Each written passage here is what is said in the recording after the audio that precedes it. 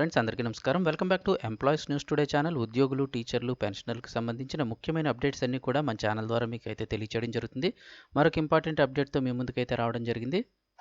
పదవీ విరమణపై ప్రభుత్వం మరో కీలక ప్రకటన అయితే చేసింది. దానికి సంబంధించిన కంప్లీట్ వివరాలు అయితే ఈ వీడియోలో తెలుసుకుందాము. వీడియో పూర్తిగా చూడండి ఫ్రెండ్స్, అప్పుడే పూర్తి ఇన్ఫర్మేషన్ అయితే అర్థమవుతుంది. చాలా మంది వీడియోస్ చూస్తున్నారు కానీ సబ్స్క్రైబ్ చేసుకోవడం లేదు. దయచేసి సబ్స్క్రైబ్ చేసుకోండి. ప్రభుత్వం నుంచి వచ్చే ముఖ్యమైన అప్డేట్స్ మిస్ కాకుండా మీరు ముందుగానే తెలుసుకోవచ్చు.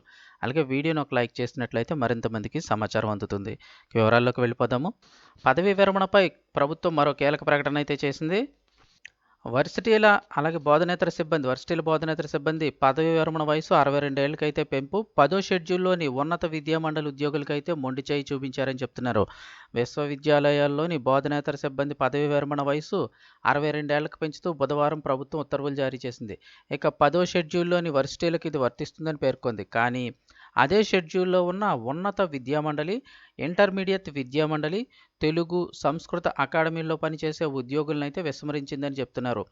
ఉన్నత విద్యామండలి పంపిన ప్రతిపాదనలో కేవలం విశ్వవిద్యాలయాలు మాత్రమే అని పేర్కొనడంతో ఇతర సంస్థల్లో పనిచేస్తున్న ఉద్యోగులకు ఈ ప్రయోజనం వర్తించకుండా పోయింది.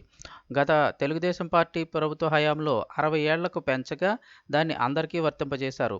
ప్రస్తుతం వైసీపీ ప్రభుత్వం పెంచిన ఈ పదవీ విరమణ వయసు వర్తింపును విడతల వారీగా చేస్తూ ఉండడంతో ఉద్యోగుల్లో ఆందోళన నెలకొంది.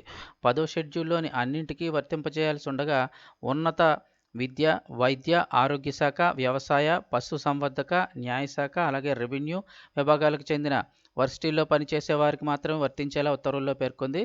ఇక మిగిలిన వారు అంటే ఇంటర్మీడియట్ విద్యామండలి అలాగే తెలుగు, సంస్కృత అకాడమీల్లో పనిచేసే ఉద్యోగులనైతే కనుక ఈ యొక్క 62 ఏళ్ల పదవీ విరమణ అయితే వర్తించబోదని చెప్పేసరికి అయితే చెప్తూ ఉన్నారు.